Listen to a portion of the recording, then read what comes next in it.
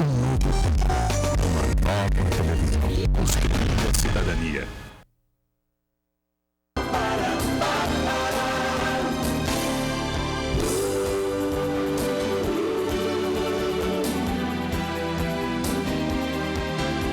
Esporte, esporte e cidadania. Boa noite a todos os telespectadores do programa Esporte e Cidadania, aqui pela sua TV Fortaleza, canal 6 da NET, com a direção geral de Ione Igrejas e presidência de Acrisio Sena, está entrando no ar o programa Esporte e Cidadania.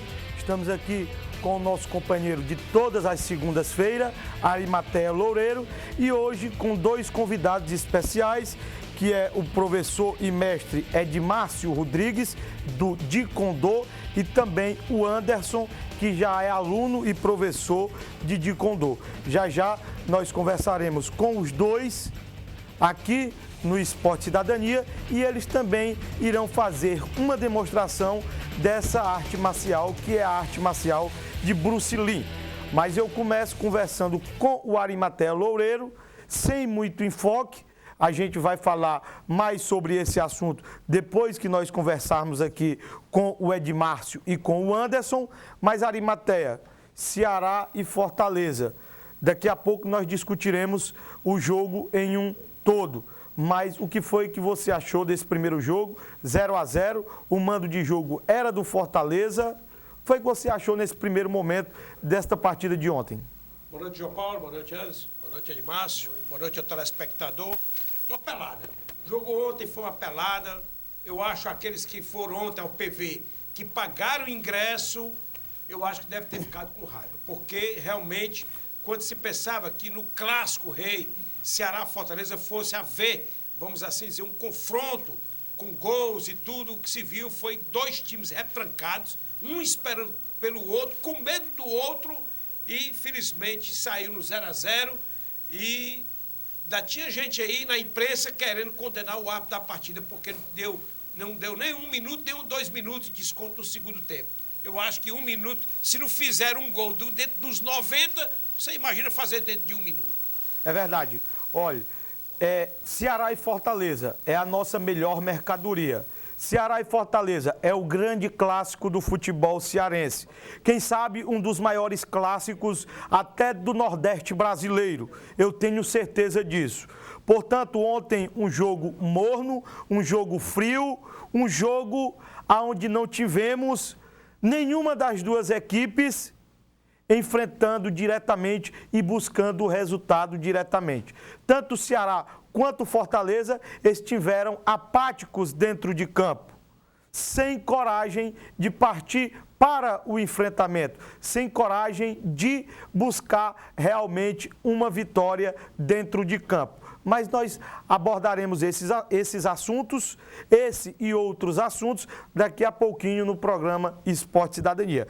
Mas nós vamos conversar, começando com o Edmárcio, que é mestre e treinador de artes marciais, o Dicondô, que é a arte marcial de Bruce Lee. Esse esporte aqui no Brasil, ele já é muito praticado, Edmárcio? E também, já continuando na sequência da pergunta, como é a prática desse esporte hoje aqui no estado do Ceará? Tem quantas academias funcionando no estado do Ceará e quantas pessoas, em média, praticam esse esporte? Boa noite, obrigado a todos pela oportunidade. Na verdade, o Dicondô aqui no Brasil, ele está começando com uma força total, ou seja, nós estamos objetivando desde o início espalhar esta arte marcial, que na realidade é algo novo aqui no Brasil, mas que no mundo afora muitos praticantes estão aí respeitando os conceitos que Bruce Lee criou em relação às artes marciais. E no Brasil nós temos atualmente escolas no Rio de Janeiro, São Paulo, Juiz de Fora, Minas Gerais, né? E aqui em Fortaleza nós temos em Itarema, no interior, nós temos aqui Itarema, nós temos aqui uma... Cidade da Dona Joane aí. Que bom. Itarema tá bem focada aí, viu, seu Nelson? Nós temos um aqui também no Luciano, esportes, no Luciano né? Tá Cavalcante, focado. né? Luciano Cavalcante, que é o instrutor Anderson, que está a cargo da escola. ali na rua Caio Cid, né, ali no Luciano Cavalcante. E nós estamos com o objetivo e missão mostrar para praticantes de outras artes marciais, pessoas que queiram aprender defesa pessoal e queiram conhecer a influência que Bruce Lee deixou dentro das artes marciais, da qual ele chamou de Kundô. O que significa de Kundô, professor? Olha, de Kundô, na maneira literalmente, explicando o que significa de Kundô, que é um termo chinês com partícula japonesa, significa o caminho do punho interceptor. Mas, na realidade, o significado maior não é esse, né? O significado de Kundô é porque Bruce Lee, na sua época, ele já via que as artes marciais existia um pouco de limitação nos estilos de artes marciais, ou seja, cada um levantava a bandeira do seu estilo, o estilo japonês, o estilo coreano, o taekwondo, o boxe, etc. Nós estamos... Não, mas pode ficar à vontade, professor. E Bruce Lee chegou à conclusão de que para que você fosse um praticante de arte marcial completo, você teria que saber uma boa base de boxe, uma boa base de kickbox, ser um bom praticante de defesa pessoal na parte de trapping, que é curta distância, uso de cotovelo e joelho, né? Porque Bruce Lee foi praticante de 21 no seu início. E também a parte de luta de solo, imobilizações, contenções, agarramentos. Então, na realidade, o de Kundô é o modernismo que se usa hoje, ou seja, muita gente hoje fala de Mixed Martial Arts, né? E Bruce Lee já fazia isso muito antes do boom do Mixed Martial Arts na década de 60.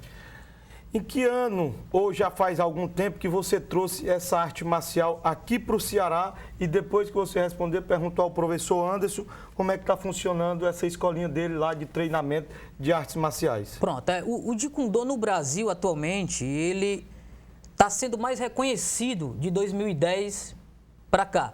Mas desde do ano 2000, que eu sou praticante de Kundô, né, que eu procurei me oficializar, me formar nessa arte marcial e trazer com bases sólidas para o nosso estado e a nível Brasil. Anderson, como é que funciona essa sua academia de treinamento? E depois, Arimatea, você já pode ficar à vontade também para fazer as suas considerações e para perguntar o que você quiser perguntar. Bom, lá é um espaço que eu tenho, né, que é tipo um dojo, uma sala de treino. E lá eu tô com 2 horários agora, tem de 8h30 às 9h30, 7h30 às 8h30 também. E dentro desses 2 horários eu tô com um mesclado, assim, tanto homem quanto mulher estão procurando, entendeu? Porque como é uma defesa pessoal, a procura está muito grande, principalmente está na febre aí do MMA, esporte de luta, então o pessoal está nesse ritmo. E com isso a procura está sendo muito grande, o espaço está pequeno já lá. Professor Anderson, você já está com quantos alunos lá?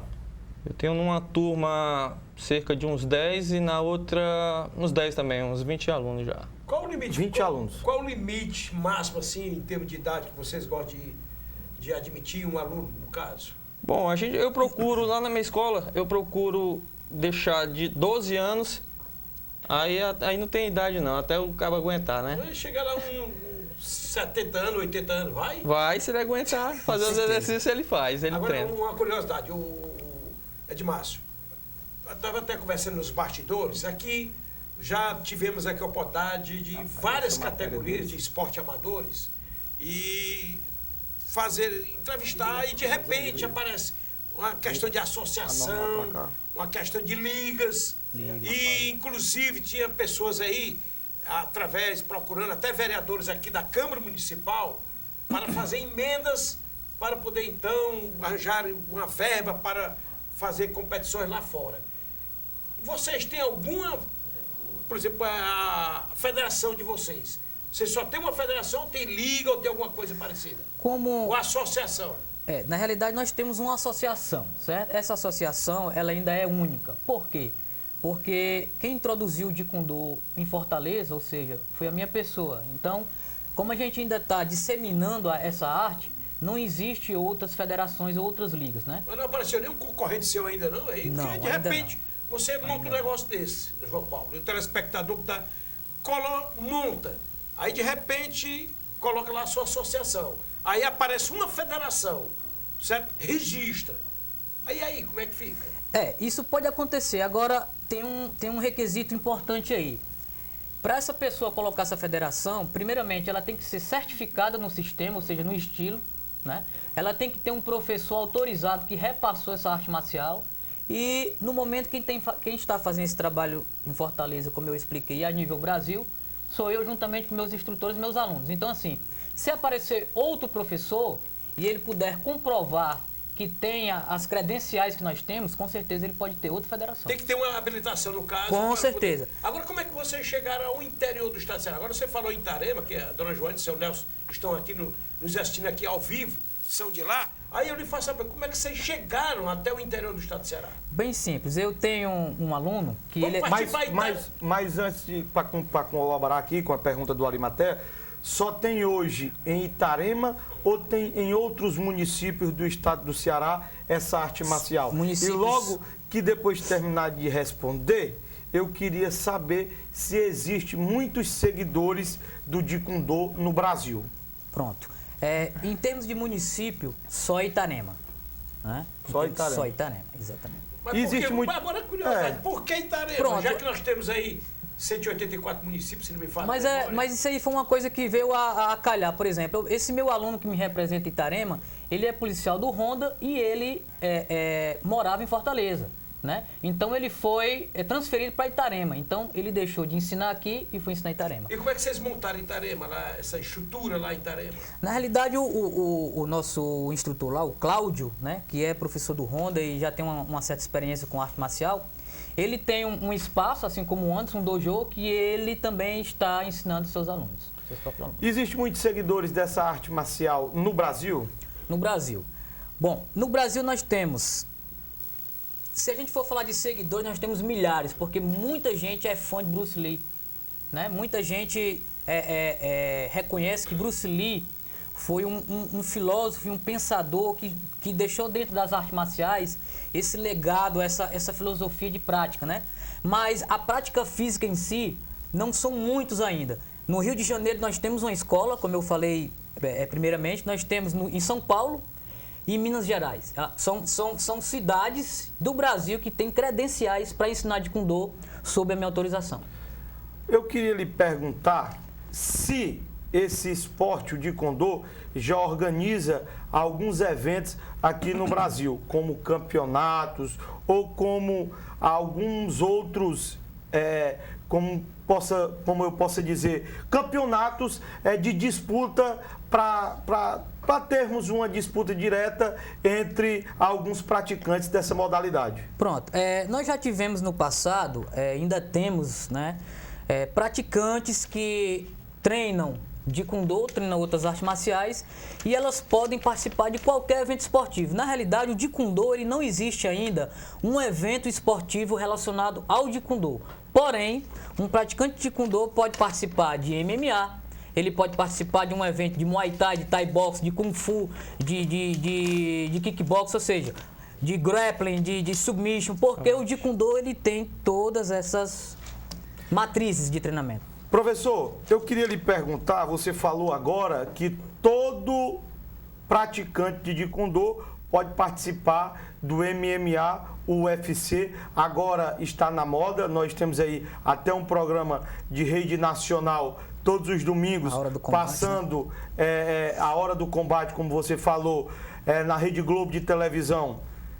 Não, essa modalidade de disputa... Quem é assinante da NET tem um canal exclusivamente. Isso, tem um canal exclusivo do UFC, do MMA. É o combate, Exato, de combate, com todos os dias com lutas. Mas eu queria perguntar, nós temos algum praticante do Jeet Kune Do que participou já do MMA, do UFC? Sim, nós tivemos bastantes praticantes, né? Tanto quando o UFC ainda era chamado de Vale Tudo, não era Mixed Martial Arts, tanto na época do Vale Tudo como atualmente. A questão é que o Jeet Kune Do, Bruce Lee, ele não queria que esse nome fosse usado em termos comercial de uma arte marcial específica. Mas nós temos no UFC, por exemplo, lutadores que participaram, como Brock Lesnar, né? Nós temos John Jones, que atualmente... Qualquer pessoa pode acessar a internet no YouTube e ver que o John Jones, ele está procurando ver o que é que o Jeet Kune Do tem de bom nos conceitos dele para acoplar o estilo dele de luta. Recentemente, agora eu estive nos Estados Unidos na academia de um dos meus professores lá, que é o Sifu Salem Asli, da qual eu sou aluno direto, e o Guru Daino Santo, que é professor do meu mestre, e eles são meus professores de Jeet Kune Do e Kali. Eu fiquei sabendo recentemente que até mesmo o Anderson Silva, que hoje é considerado o maior lutador peso por peso do mundo no UFC, esteve na academia do meu professor Daino Santo para entender e praticar o que é o Jeet Kune Do. Hoje, o Anderson Silva, que é brasileiro, fez alguns treinamentos até com aquele ator Steven Seagal, é considerado o melhor lutador da história do MMA. Inclusive, invicto, nunca perdeu uma luta. Mas, professor, o senhor tem conhecimento em outras artes marciais? E qual seria essas artes marciais que o senhor tem conhecimento? Bom, na verdade, eu estava até conversando com meu amigo aqui no início. Arimatea. O seu Arimatea. O meu pai, ele foi praticante de karatê, né? Há muitos anos atrás, eu era criança. E isso, de uma certa forma, me influenciou a entrar para dentro do esporte, né? Mas em 5 minutos ali nós fizemos ali um levantamento. Exatamente. Pessoas aí que foram pioneiros aqui em Fortaleza. Exatamente. Podemos assim dizer, como o professor Sá, né? Isso, do jiu-jitsu, O próprio Ximenes, né? tá vendo? Isso. E O muitos Zezinho outros. Ximenes, Isso. que começou ali pertinho do Mercado São Sebastião, que era lá na parte de cima. Na época eu era empresário de cantor aqui em Fortaleza. Aí o irmão dele, o Ximenes Filho, que era presidente lá do Memphis Clube de Antônio Bezerra. E eu era o proprietário do Apache Clube, certo? E também presidente do Grêmio Ferroviário. Então, existia um intercâmbio. E o Zezinho, na época, quando se requisitava, quando a gente trazia cantor do sul do país, aí o Zezinho quem fazia a parte de segurança. Certo? Quando chegava o cantor aqui, desembarcar aqui no aeroporto Pinto Martins, já tinha uma equipe lá. Do SAR, treinada pelo SAR. Treinada pelo SAR, da academia dele. Exatamente.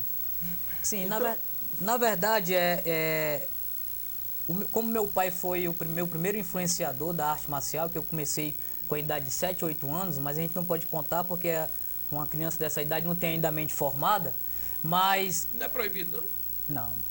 Não, porque eu comecei com karatê, uma arte marcial educativa, né? Não, eu tô dizendo assim, a idade, como Não, você bem hoje em academias eu comecei a praticar karatê, eu acho que eu tinha 6, 7 anos de idade. Você é faixa preta já? Rapaz, eu parei no meio do caminho.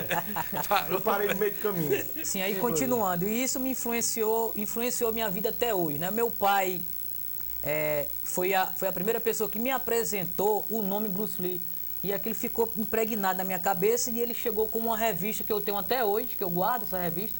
Inclusive agora eu tive o privilégio do meu professor, o Sifu Salem, Guru Daino Santo, autografar a revista que eu tenho desde 7 anos de idade, que meu pai me deu. E aquilo ali me influenciou nas artes marciais. Só que eu lia, mas eu não sabia onde é que eu vou aprender isso, onde é que eu vou treinar de Kune Do, eu não sei o que é isso. Mas vamos lá.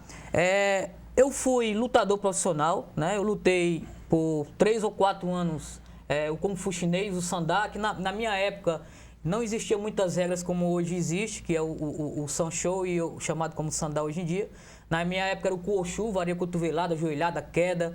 E eu fui campeão em algumas lutas dessa, né? Eu lutei em MMA também, algumas lutas, né? Logicamente que algumas eu perdi, outras eu ganhei. E algumas nem filmadas foram, não tem como comprovar para as pessoas, né?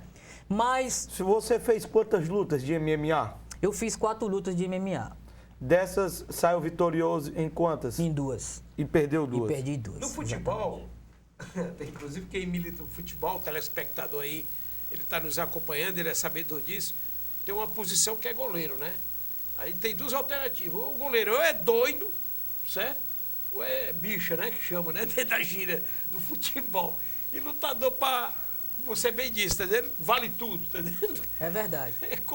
Porque ali, quando você parte para um negócio daquele ali, numa luta, não vale tudo, meu amigo, a palavra em si já diz tudo, né? Com certeza. Hoje no MMA, para colaborar aqui com a pergunta do Arimatea, o que é que pode e o que é que não pode em termos de golpes? Pronto, atualmente o MMA ele é composto de muitas regras para proteger a integridade do atleta, né? Então, são golpes que não podem ser usados. Você não pode dar o dedo no olho do atleta, você não pode puxar o cabelo, você não pode golpear as partes baixas, você não pode golpear a traqueia, você não pode, em certas posições, chutar a cabeça do adversário e nem dar joelhadas em certas posições também. Então, e os juízes estão totalmente ali olhando para ver se acontece alguma coisa que possa o atleta sofrer, que possa quebrar um braço, etc. Então, existem muitas regras, né? Mas aí é um negócio interessante, João Paulo, o telespectador. Você está dizendo que existem as regras, né? Que tem o árbitro ali, o juiz que está ali dentro, acompanhando. E naquele caso do Mike Tyson, está dentro da orelha, está dentro com o Hollywood. Mas né? ele foi desclassificado. Não, mas eu estou dizendo, mas se existe o profissionalismo, eu acho que um profissional daquele ali vai para um negócio daquele ali, que a nível mundial, aí de repente ele chega lá e faz uma besteira daquela. É a mesma coisa que acontece no jogo de futebol. O jogador sabe que não pode, muitas vezes, fazer uma falta perigosa, ele faz a falta, o jogador que sofreu a falta passa 6 meses, 1 ano sem jogar futebol por conta de uma contusão causada por outro jogador, e o jogador só vai expulso de campo, muitas vezes vai a julgamento, só pega 1 ou 2 jogos de suspensão. Mas nós vamos ao primeiro intervalo do programa Esporte Cidadania, nós voltamos já já com o segundo bloco, aí nós vamos ver aqui uma demonstração do Taekwondo com o professor Edmárcio e o Anderson. É 1 minuto só, não sai daí, a gente volta já já.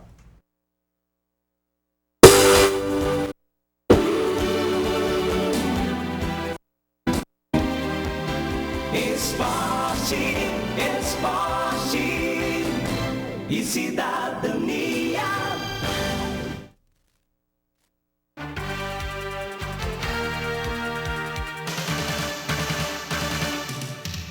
De segunda a sexta-feira, às 18 horas, as principais notícias do dia na capital cearense, no Brasil, com uma cobertura especial do trabalho dos vereadores e do Parlamento de Fortaleza. Jornal da Câmara. Informação com credibilidade, que deixa você por dentro de tudo que é e será notícia na capital cearense.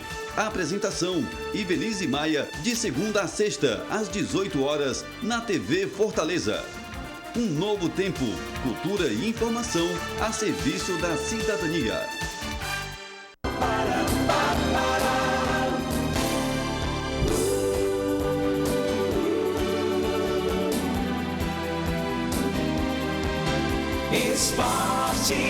Esporte e cidadania.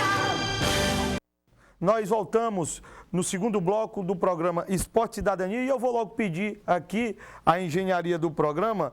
Nós temos uma matéria sobre boxe tailandês e Muay Thai que está incentivando muito as mulheres a praticarem essas artes marciais, até mesmo para perder peso. Nós vamos agora a essa matéria de boxe tailandês e de artes marciais.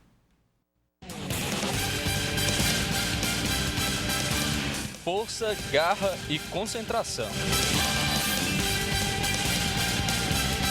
O Muay Thai está dominando as academias de Fortaleza e, além do treinamento para competições, o esporte desenvolve o condicionamento físico dos atletas. Alguns profissionais da nossa equipe são formados em educação física, fazem a parte do aquecimento para ser instruído para a federação junto com o alongamento.